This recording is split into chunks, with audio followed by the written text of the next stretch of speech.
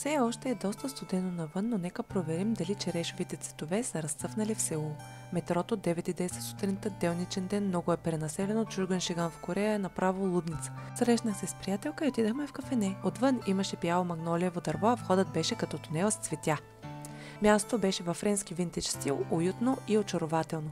Рустик текстури, стари картини, полилеи, дантела, антикварни огледала, ретро похабено дърво. Имаше и най-сладките чайници и чашки. Просто вижте ги. И обикновено не споменавам това, но дори тоалетната беше в същата естетика. След това хапнахме обяд. Трюфелово ризото и салата с авокадо. Беше наистина вкусно. Попълнихме кратка анкета и ни дадоха безплатни напитки. Приятелката ми отиде на работа, а аз се насочих към Йойдо.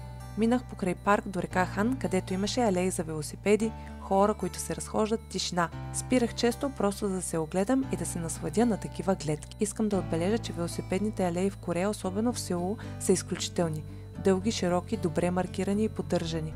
Ако идвате или сте тук, задължително наемете велосипед и покарайте. Беше 3 април и първоначално си помислих, че е още много рано. Черешовите дървета край сградата на Националното събрание не бяха напълно разцъфнали. Но после видях тълпа от хора и разцъфнали дървета. Имаше и доста туристи. Чувах китайски, виетнамски, всички в търсене на първия разцъфнал цвят и много снимки. Беше наистина много красиво.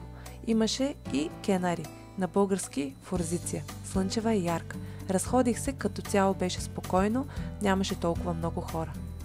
Все още е малко рано, трябват още няколко топли дни и Сеул ще е в пълен разцвет. А вие, виждали ли сте черешовите цветове в Корея?